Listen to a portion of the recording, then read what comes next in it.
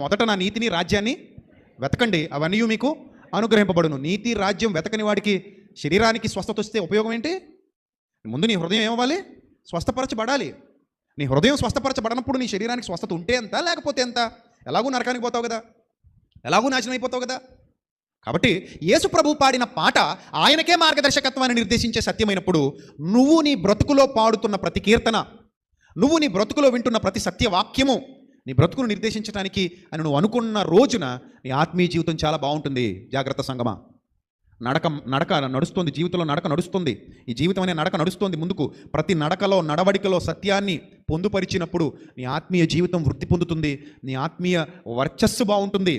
నీ ఆత్మీయ వర్చస్సు అనేక మందికి దేదీప్యమానంగా కనబడుతుంది. అలాంటి ఒక గొప్పదైన ఆనందకరమైన స్థితిలోనికి నిన్ను నన్ను నడిపించాలనుకున్నదే దేవుని యొక్క ఆకాంక్ష. కాబట్టి సత్యం అనే బాట ఎప్పుడు మీరు